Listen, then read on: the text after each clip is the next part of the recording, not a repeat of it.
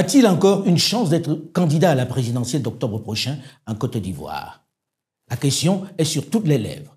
Après avoir pris la tête en décembre 2023 du PDCI-RDA, le parti historique d'Houphouët-Boigny, principal parti d'opposition, il fait face à un obstacle de taille, celui de son exclusion de la liste électorale qui le rend de fait inéligible.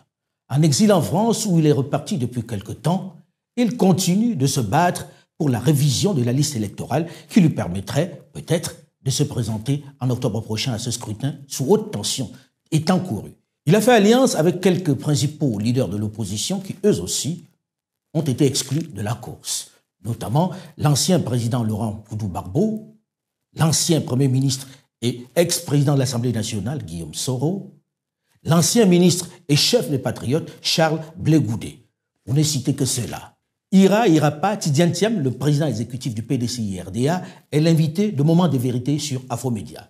Bonjour Tidiane Thiam. Bonjour M. Foucault, merci de me recevoir. Très heureux d'être ici. Alors on va commencer par des choses très pratiques, les questions sur lesquelles les Ivoiriens se posent des questions et aimeraient avoir des réponses. Êtes-vous en exil en France?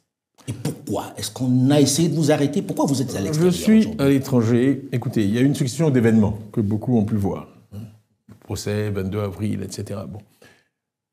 Il y a eu un verdict qui m'a radié de la liste électorale. Ensuite, très rapidement, le gouvernement s'est empressé de faire une conférence de presse pour dire que j'étais ivoirien. J'avais demandé le 10 avril un certificat de nationalité, demande qui a été rejetée par courrier. Et donc, je crois, 23 avril, le gouvernement dit « je suis ivoirien ». Donc, nous avons demandé un certificat de nationalité par mon avocat. Nous sommes le 26 juillet, nous ne l'avons toujours pas. Donc, voilà un gouvernement qui, d'un côté, dit que je suis ivoirien, je suis redevenu ivoirien. Après avoir cette théorie, renoncé à votre nationalité française. Il y a cette théorie qui est qu'on peut perdre une nationalité automatiquement, d'après ce gouvernement-là, et on peut la retrouver automatiquement. Les mots qui ont été utilisés, c'était que ma nationalité était en sommeil, ce qui est un concept inconnu de tous les juristes. Alors moi, j'ai envie de comprendre. Est-ce que vous êtes en exil ou bien est-ce que vous êtes ici? J'attends le minimum de garantie pour pouvoir faire mon travail de président du parti en toute sérénité. Donc il y a une menace qu'on vous arrête, par exemple. Il y a eu... Écoutez, il y a eu un entretien de mon frère Augustin, qui se trouve être membre du RHDP, et quelqu'un d'autorisé en Côte d'Ivoire qui lui a dit ceci: si ton frère met le pied en Côte d'Ivoire, il sera arrêté. Je l'arrête immédiatement. Pour quel motif? Il faut poser la question aux auteurs de ces propos. Après avoir renoncé à votre nationalité. On parle du CNT de 2020, CNT auquel je me suis opposé par écrit. Il y a un communiqué qui existe que tous peuvent consulter sur Internet en disant qu'il fallait rester... Le CNT était le Conseil national de transition. Qu'il fallait rester dans la légalité. J'ai fait une déclaration officielle en 2020 où il paraît qu'il faut m'interroger sur le rôle que j'aurais joué depuis Paris en n'étant pas rentré en Côte d'Ivoire depuis 20 ans dans le CNT. Donc, enfin, on invente n'importe quel prétexte. Les gens se posent la question de savoir... des menaces physiques dont j'ai dit sur France 24 qu'elles m'avaient été faites par des voies autorisées. Donc c'est une situation qui ne devrait pas exister, parce que je suis un citoyen ivoirien. Je n'ai jamais commis de crime de ma vie. Effectivement, j'ai été élu démocratiquement à la tête du PDCI, et j'ai été désigné par le PDCI comme candidat à la présidentielle. On va en parler dans un instant, puisqu'on va arriver à cette question-là. Aujourd'hui, qu'est-ce que vous avez comme papier? Puisque vous avez renoncé à votre nationalité française. Alors, plusieurs ministres ont dit qu'il fallait me les retirer. Je sais pas pourquoi. Mais vous vivez en France comment? Mais pour l'instant, j'ai des papiers ivoiriens.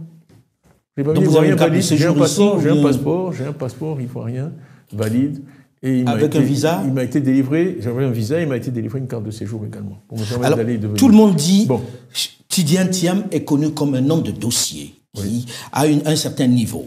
Et quand on veut se présenter à la présidentielle, on doit connaître tous les textes.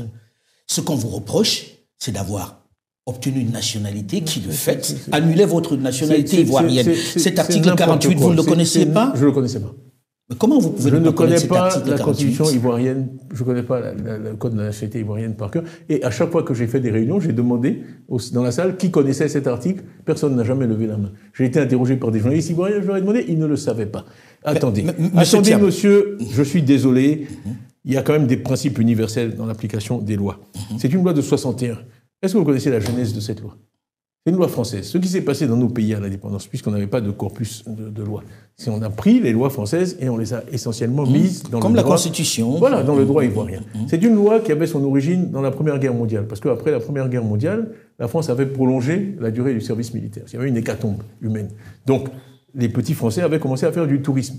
pour le service militaire, prendre d'autres nationalités pour échapper au service militaire français. L'alinéa 2, d'ailleurs, de cet article 48 fait référence au tableau de recensement militaire. Donc c'était dissuasif pour empêcher les gens de prendre une autre nationalité. On a dit, si vous prenez une autre nationalité, vous allez perdre la nationalité française. Mais il a toujours été clair que c'était par décret, ça ne peut pas être automatique. La nationalité, c'est un droit inaliénable. Okay, mais en même temps, c'est une... En 73, la France a abrogé cette disposition. Cette disposition en Côte d'Ivoire n'a jamais été appliquée. Monsieur Foucault, vous ne pouvez vous prémunir, il y a un usage. Elle a été appliquée une fois. Non. En 2011, attendez, d'abord, on se gargarise parce que ça les fait plus sourire. Oui, c'est la loi de son grand-père. On lui a appliqué la loi de son grand-père. À ma connaissance, Monsieur le Président Houphouët-Boigny était président de Côte d'Ivoire de 1960 à 1993. Je mets au défi quiconque de trouver un seul exemple d'application de cette loi en 32 ans, de 61 à 80. Du vivant du président Houphouët, cette loi n'a jamais été appliquée. Pas une fois. Mais ça ne fait pas que cette loi n'existait pas, M. Thiam. C'est un concept de désuétude. L'usage crée le droit. Dans le droit, quand une loi, vous pourrez trouver des lois qui n'ont pas été annulées, qui permettent d'écarteler les gens.